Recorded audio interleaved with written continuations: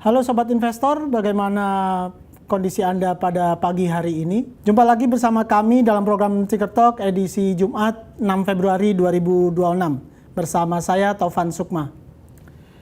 Sobat Investor, seperti yang kita tahu pada perdagangan kemarin, indeks pada akhirnya kembali terjerambab ke zona merah dengan pelemahan sebesar 42,94 poin atau 0,53% menuju level 8.103,88 poin. Sebanyak 314 saham menguat, 370 saham melemah, dan 274 saham bergerak stagnan. Dengan nilai transaksi total mencapai 19,88 triliun dan melibatkan 33,52 miliar saham. Pelemahan ini cenderung menarik karena kalau kita tarik dalam 1-2 pekan belakangan, total indeks cukup hilir mudik, sibuk mondar-mandir di zona merah maupun zona hijau dengan pergerakan yang cenderung volatile. Lalu sebenarnya apa yang sedang terjadi di pasar? Apakah kemudian tekanan jual dan tekanan beli ini saling bisa tarik-menarik gitu? Untuk membahas hal tersebut, kita sudah tersambung dengan investment spesialis dari PT Korea Investment and Sekuritas Indonesia atau KISI, yaitu Mas Azharis Hardian atau Mas Aza. Gimana kabarnya hari ini, Mas? Oke, alhamdulillah sehat ya Mas ya. Semoga perdagangan hari ini berbalik dari yang kemarin sempat merah 0,5% ya Mas ya. Nah ini, walaupun kemudian pada perdagangan kemarin indeks sempat memerah, semoga kita tetap bisa bersemangat ya di perdagangan akhir pekan ini. Betul sekali Mas. Ya, langsung saja Mas Reza. Seperti yang saya sempat sampaikan tadi bahwa kalau kita tarik paling nggak dalam sepekan terakhir, indeks sempat memerah pada awal pekan, lalu kemudian menguat, terus kemudian melemah lagi, dan untuk perdagangan kemarin terakhir juga melemah. Nah ini sebenarnya apa yang sedang terjadi gitu Mas? Oke. Kalau kita lihat memang di pekan ini cukup volatil ya, ada hijau yang cukup tebal dan ada merah yang cukup dalam juga di awal pekan ini. Tapi kalau kita rangkum secara mingguan, IHSG kita itu ya ada beberapa sentimen positif dan negatif juga. Tetapi kalau kita lihat secara teknikal ini malah sehat ya, ini konsolidasi wajah. Setelah di pekan lalu kita mengalami tekanan jual yang cukup besar, ya mengingat ada kejadian pengumuman MSCI pada pekan lalu gitu. Tetapi setelah penurunan itu menurut saya sendiri itu wajar sekali dan kita udah mengalami konsolidasi di pekan ini dan didukung juga dengan beberapa poin positif itu. Kalau saya coba rangkum, transparansi ini sudah mulai yang dipertanyakan oleh MSCI sudah mulai diakomodasi oleh Bursa Efek Indonesia, OJK, dan KSEI. Lalu ini menjadi poin penting juga pada pertemuan hari Senin, ada 3 poin yang disebut oleh Ketua OJK. 3 poin tersebut adalah pengungkapan kepemilikan di atas 1% yang semulanya di atas 5%. Ada peningkatan free float dari 7,5% menjadi 15%. Lalu nanti ini akan membawa dampak positif dalam jangka panjangnya kalau kita lihat.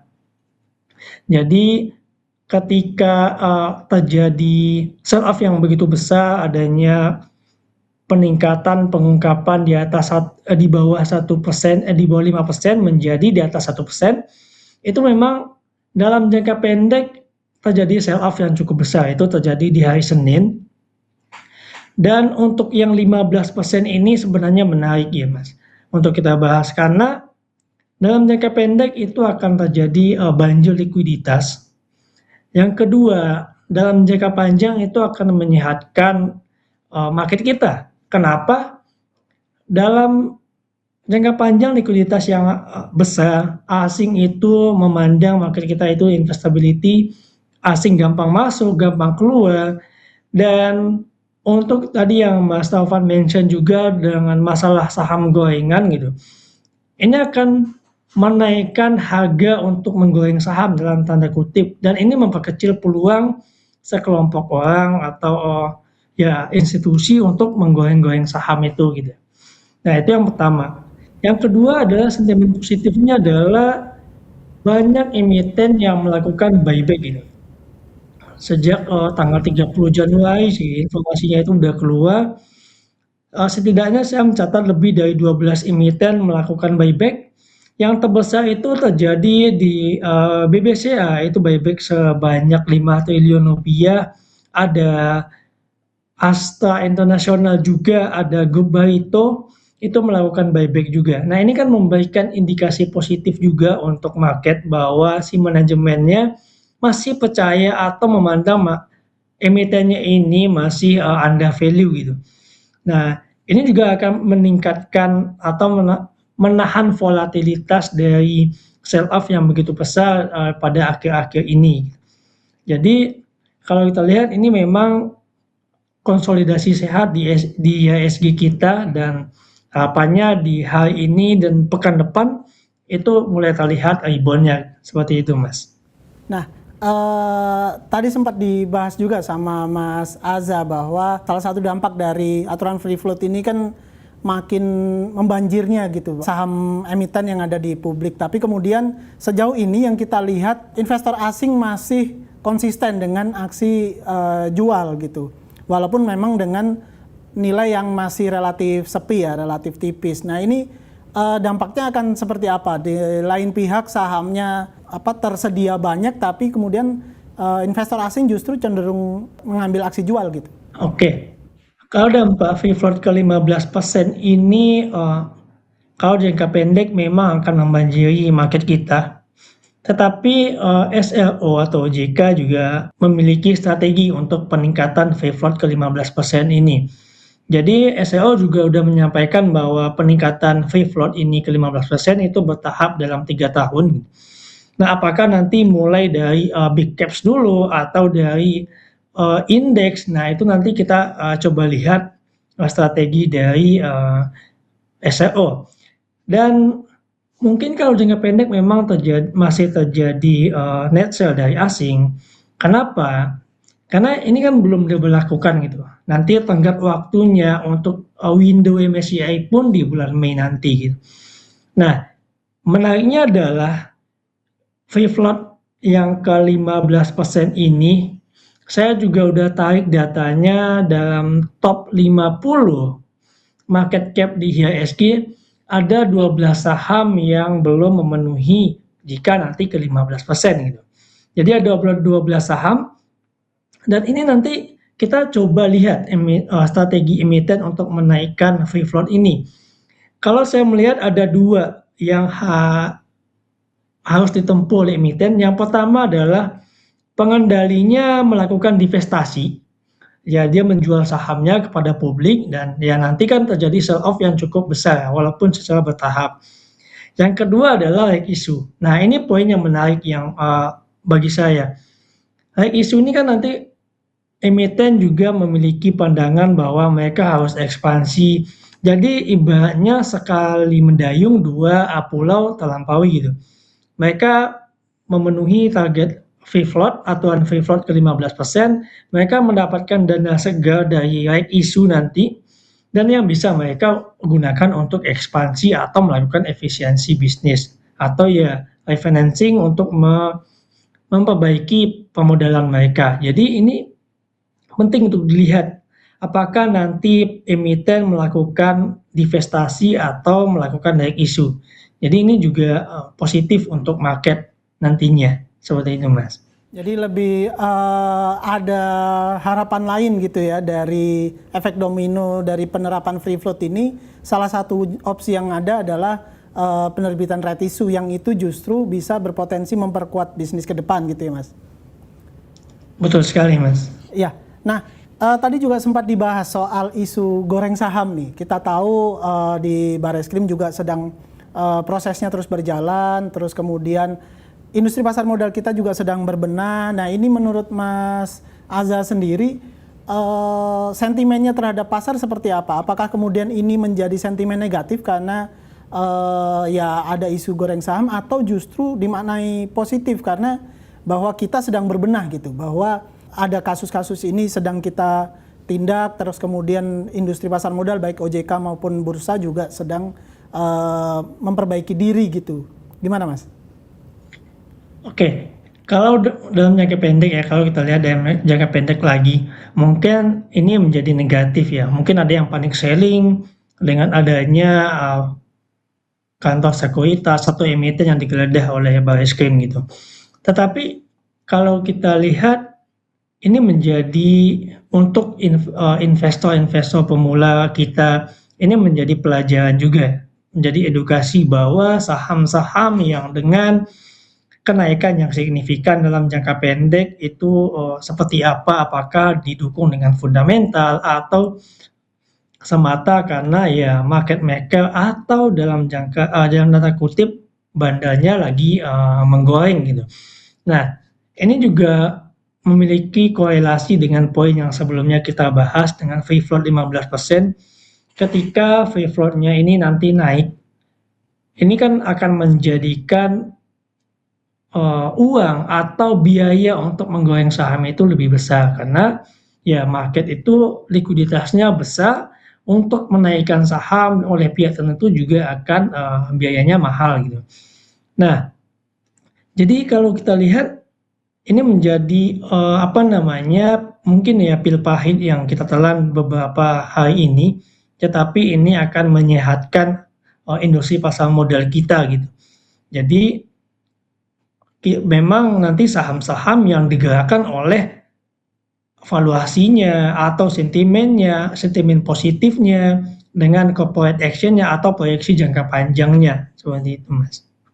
Oh iya, baik, terakhir nih, kita sudah ibaratnya belanja isu dari banyak hal tadi, dari tentang soal free float, terus kemudian MSCI, potensi adanya right issue dan sebagainya.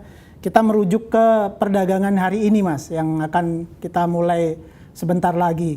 Kira-kira dengan background kondisi pasar yang demikian, menurut Mas Azza sendiri, kondisi pasar yang ada di perdagangan akhir pekan ini akan seperti apa gitu? Sentimen-sentimen apa saja yang bisa memberi pengaruh, dan mungkin sektor-sektor saham atau saham apa saja yang layak diperhatikan oleh investor? Oke, untuk hari ini mungkin perdagangan mungkin tetap ya stagnan atau menguat atau melemah tipis karena ada beberapa yang data ekonomi yang sedang ditunggu oleh investor, oleh market. Kemarin sebenarnya udah rilis data ekonomi yang itu menguat ekonomi kita secara kalau full year 5,11% gitu. Meskipun ini memang di bawah target atau ekspektasi pemerintah di 5,2% gitu. Tapi ini cukup cemerlang dari pertumbuhan di 2024. Dan di hari ini juga ada data ekonomi yang rilis, dan di hari Senin juga ada data penting yang kita tunggu adalah indeks keyakinan konsumen. Dan ini juga kan mengonfirmasi bahwa mesin ekonomi kita di konsumsi rumah tangga, sebenarnya kan GDP kita didukung atau ditopang oleh konsumsi rumah tangga. Dan nanti korelasinya juga ada IKK, indeks keyakinan konsumen. Ini yang ditunggu oleh market gitu. Dan untuk sektor yang bisa kita lihat atau kita cermati untuk beberapa waktu ke depan adalah ini sebenarnya saya sebutnya triple momentum gitu. Kenapa ya? Dengan adanya data ekonomi yang rilis dan GDP kita memang ditopang oleh konsumer atau konsumsi rumah tangga.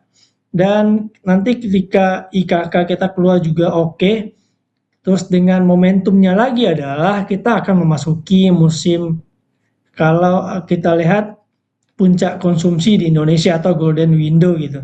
Ada Imlek di 2 minggu lagi, ada Ramadan dan ada Lebaran itu, dan jaraknya dekat-dekat itu. Nah, momentumnya adalah sektor yang mendapatkan impact positif dari golden window ini adalah sektor retail gitu.